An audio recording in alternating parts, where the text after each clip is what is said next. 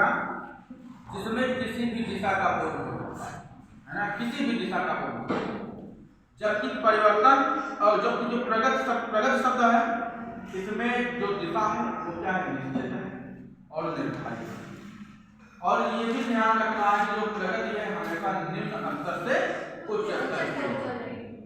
ठीक। दूसरा अंतर है जो उद्विकास की प्रक्रिया है, इसके लिए जो उत्तरदायी कारण है वो कौन है, आंतरिक शक्ति। उद्विकास के लिए एक आंतरिक शक्ति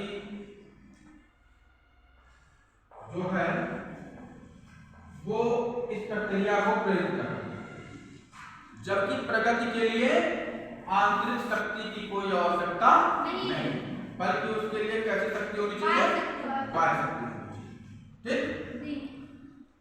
और एक चीज ध्यान रखिएगा भाई, जो किसी पौधे का बीज ले लीजिए, अगर उसको मिट्टी में डालेंगे तो क्या करेगा, पौधा जो है वो बीज जो है फैलेगा, बढ़ेगा, है ना। अब ये निश्चित नहीं है कि वो कैसे बढ़ेगा, उसकी दिशा क्या होगी, उसकी दिशा कुछ भी हो। ठीक। लेकिन ये तो निश्चित है कि वो जो बीज है जो मिट्टी में डाला गया है उसमें खाद पानी मिल रहा है, तो प्रकाश मिल रहा है, तो ये निश्चित है कि वो बढ़ेगा। प्रगति बाहरी कारकों से होती है और इसमें बिना बाह्य कारकों के प्रगति को संभव नहीं बनाया जा सकता। ठीक। यानी कि इसका संबंध उद्विकास का संबंध आंतरिक शक्ति से और प्रगति का संबंध जो है बाह्य शक्ति से। फिर तीसरे अंतर की बात करते हैं। उद्विकास एक जैविक प्रक्रिया, तो इसमें नैतिकता का समावेश है। नैतिकता मतलब अच्छी बातों का समावेश है ना, जबकि प्रगति क्या है, नहीं, उद्विकास में नैतिकता का कोई संबंध नहीं है। उद्विकास की प्रक्रिया में नैतिकता का कोई संबंध नहीं है और प्रगति में नैतिकता का मतलब है। ठीक है, यानी कि यहाँ पर नैतिकता नहीं है, जबकि प्रगति में नैतिकता होती है।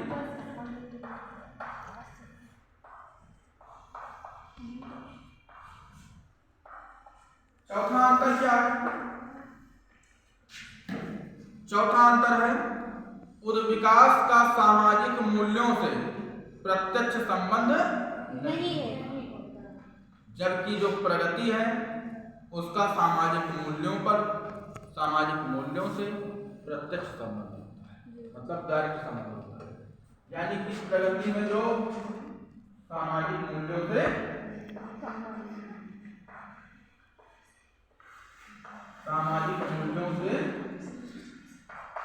प्रत्यक्ष संबंध होता है, संबंध होता है। जबकि उद्विकास में संबंध जो होते हैं वो कैसे होते हैं बेटा, अप्रत्यक्ष। चार अंतर हो गए। पांचवा अंतर क्या है, पांचवा अंतर है कि उद्विकास की जो प्रक्रिया है वो क्या है, यूनिवर्सल, मतलब सार्वभौमिक है। यानी कोई भी ऐसी भूमि बची नहीं जहां पर उद्विकास की प्रक्रिया घटित न हुई हो।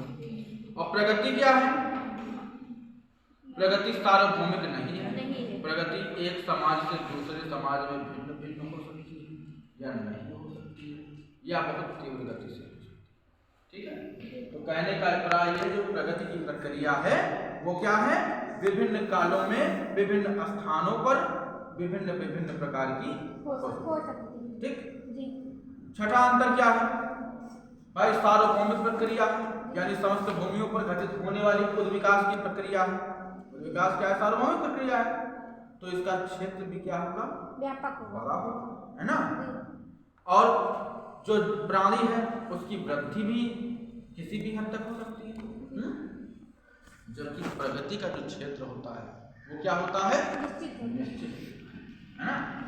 यानी यहाँ पर विस्तृत क्षेत्र उद्विकास में और प्रगति का क्षेत्र क्या होता है, निश्चित। ठीक है, और फिर आइए अगला अंतर की बात करते हैं। उद्विकास एक व्यक्ति तथा एक जीवधारी का होता है। उद्विकास किसका होता है? या तो किसी मनुष्य का होगा या किसी प्राणी का होगा। प्राणी मतलब कोई भी जीवधारी, उसी का उद्विकास होगा। जबकि प्रगति क्या है बेटा? पूरे समूह को दृष्टि में रखकर की जाती है ना।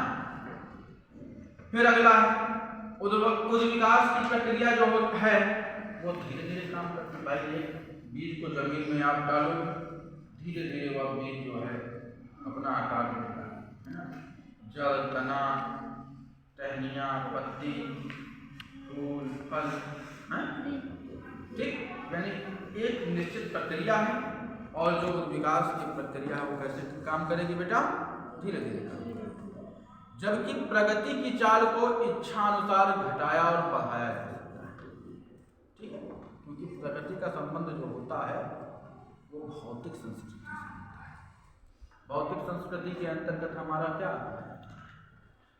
जो भी मानव निर्मित वस्तुएं हैं, ठीक है, रेल, संचार व्यवस्था, मतलब यातायात के साधन, संचार के साधन, ये सब किसमें आएंगे? भौतिक संस्कृति के अंग हैं और भौतिक संस्कृति में आते हैं। जैसे जैसे इनकी उन्नति बढ़ेगी वैसे वैसे समाज में क्या होगा? प्रगति। जैसे जैसे भौतिक संस्कृति बढ़ती जाएगी वैसे वैसे सामाजिक प्रगति, ठीक है। तो उद्विकास की प्रक्रिया कैसे होती है बेटा? धीरे धीरे, धीरे धीरे, ठीक। और जबकि जो प्रगति की प्रक्रिया है इसको क्या कर सकते हो? इच्छा अनुसार घटा सकते हो। वो समूह पर डिपेंड करता है कि समूह कैसी इच्छा रखता है, ठीक। फिर आइए उद्विकास का संबंध किससे होता है? मनोवैज्ञानिक पहलुओं से होता है। उद्विकास का संबंध किससे होता है? मनोवैज्ञानिक पहलुओं से होता है। जबकि प्रगति का संबंध व्यक्तियों के मनोवैज्ञानिक पहलू से तो होता है, लेकिन यह अनुभव करना चाहिए कि वह समाज का प्रगति कर रहा है या नहीं। अगर समाज प्रगति नहीं कर रहा है तो उसका मनोवैज्ञानिकता से कोई मतलब नहीं है, ठीक है। तो उद्विकास का संबंध किससे होता है? मनोवैज्ञानिक पहलू से होता है। हाँ, यहाँ भी प्रगति में भी मनोवैज्ञानिक पहलुओं को महत्व दिया जाता है, किंतु ये देखा जाता है कि समाज प्रगति कर रहा है, ठीक। अंतिम अंतर है, जब उद्विकास की प्रक्रिया संपन्न हो जाती है तो जो वस्तु सरल अवस्था में होती है। भाई एक बीज को आपने जमीन में रोप दिया तो बीज बिल्कुल सरल है ना, लेकिन धीरे धीरे वो सरल व्यवस्था से वही बीज एक स्ट्रक्चर, जब जटिल स्ट्रक्चर धारण कर लेगा, भाई एक पौधे के रूप में दिखाई पड़ेगा, है ना। तो कहने का अभिप्राय यह है कि उद्विकास की प्रक्रिया में जो वस्तु है वो कैसी हो जाएगी? सरल से किधर जाएगी? सरलता से, जबकि ये प्रगति के लिए आवश्यक नहीं है ना। प्रगति का संबंध फिलहाल किससे होता है? उन्नति से होता है, अच्छाई से होता है। तो ये हो गया उद्विकास और प्रगति में समझ में आएगा। अब इसी को चेक कर एक शब्द और आता है, निकाल लीजिए।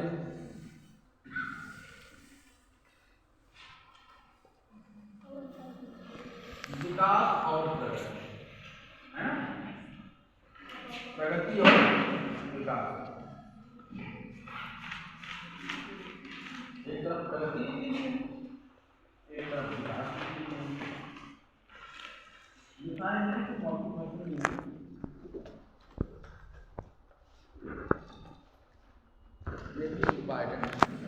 दो नंबर में पूछा जा सकता है, और उद्विकास और प्रगति वाला क्वेश्चन तो बहुत ही इंपॉर्टेंट है। तो जो प्रगति है बेटा, इसको क्या बताया गया था कि ये हमारी इच्छा पर डिपेंड करता है कि हम इसको तेज करें या धीमे करें, प्रगति करें या ना करें, ठीक है। ये क्या है? एक इच्छित परिवर्तन है जो हम समूह की इच्छा पर निर्भर करता है कि किस दिशा में उसे परिवर्तन करना है या नहीं करना है, ठीक है। इसमें दिशा क्या है?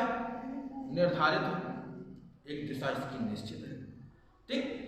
जबकि विकास क्या है बेटा, एक कल्याणकारी परिवर्तन है जो किसको दिखाता है, भौतिक समृद्धता को दिखाता है।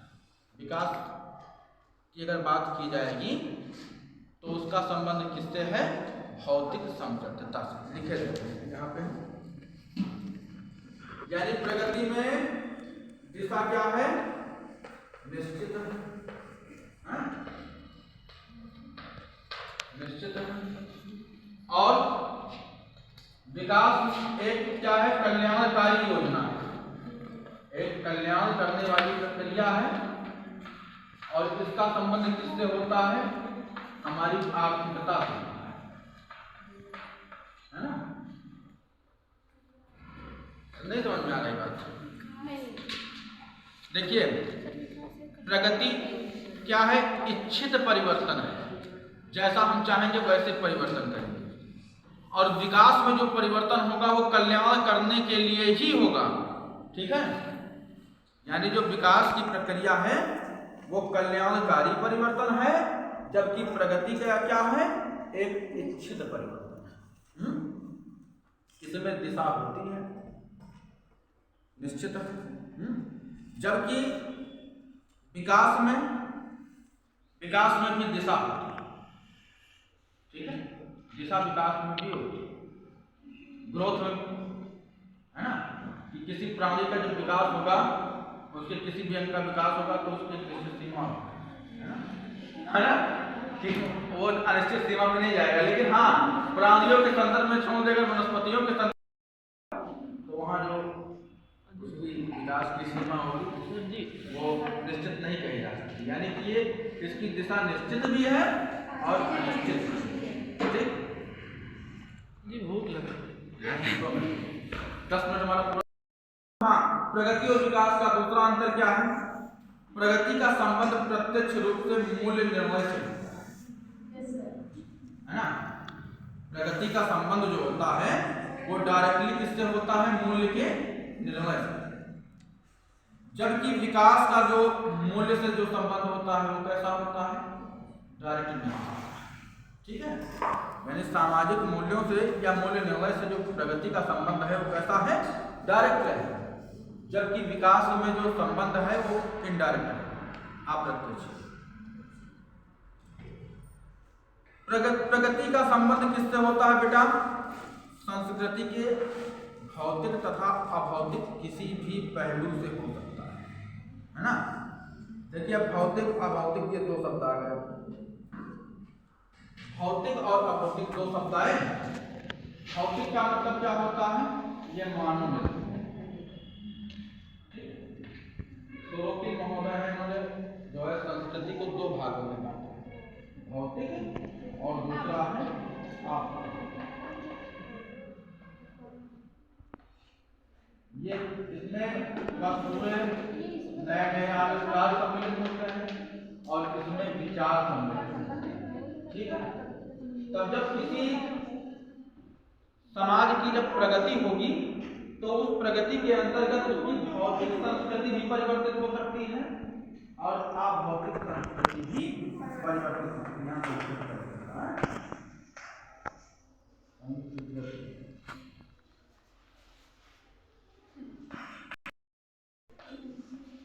यानी भौतिक संस्कृति भी परिवर्तित हो सकती है प्रगति के परिणाम से, और अभौतिक संस्कृति भी परिवर्तित, यानी जो उसके समाज में जो आविष्कार हो रहे हैं वो तो प्रभावित ही होंगे, इसके साथ साथ में उसके विचार भी प्रभावित होंगे, उसमें परिवर्तन आएगा। जबकि विकास का संबंध किससे होता है, सिर्फ भौतिक वस्तुओं से होता है ना, सिर्फ भौतिक संस्कृति से होता है।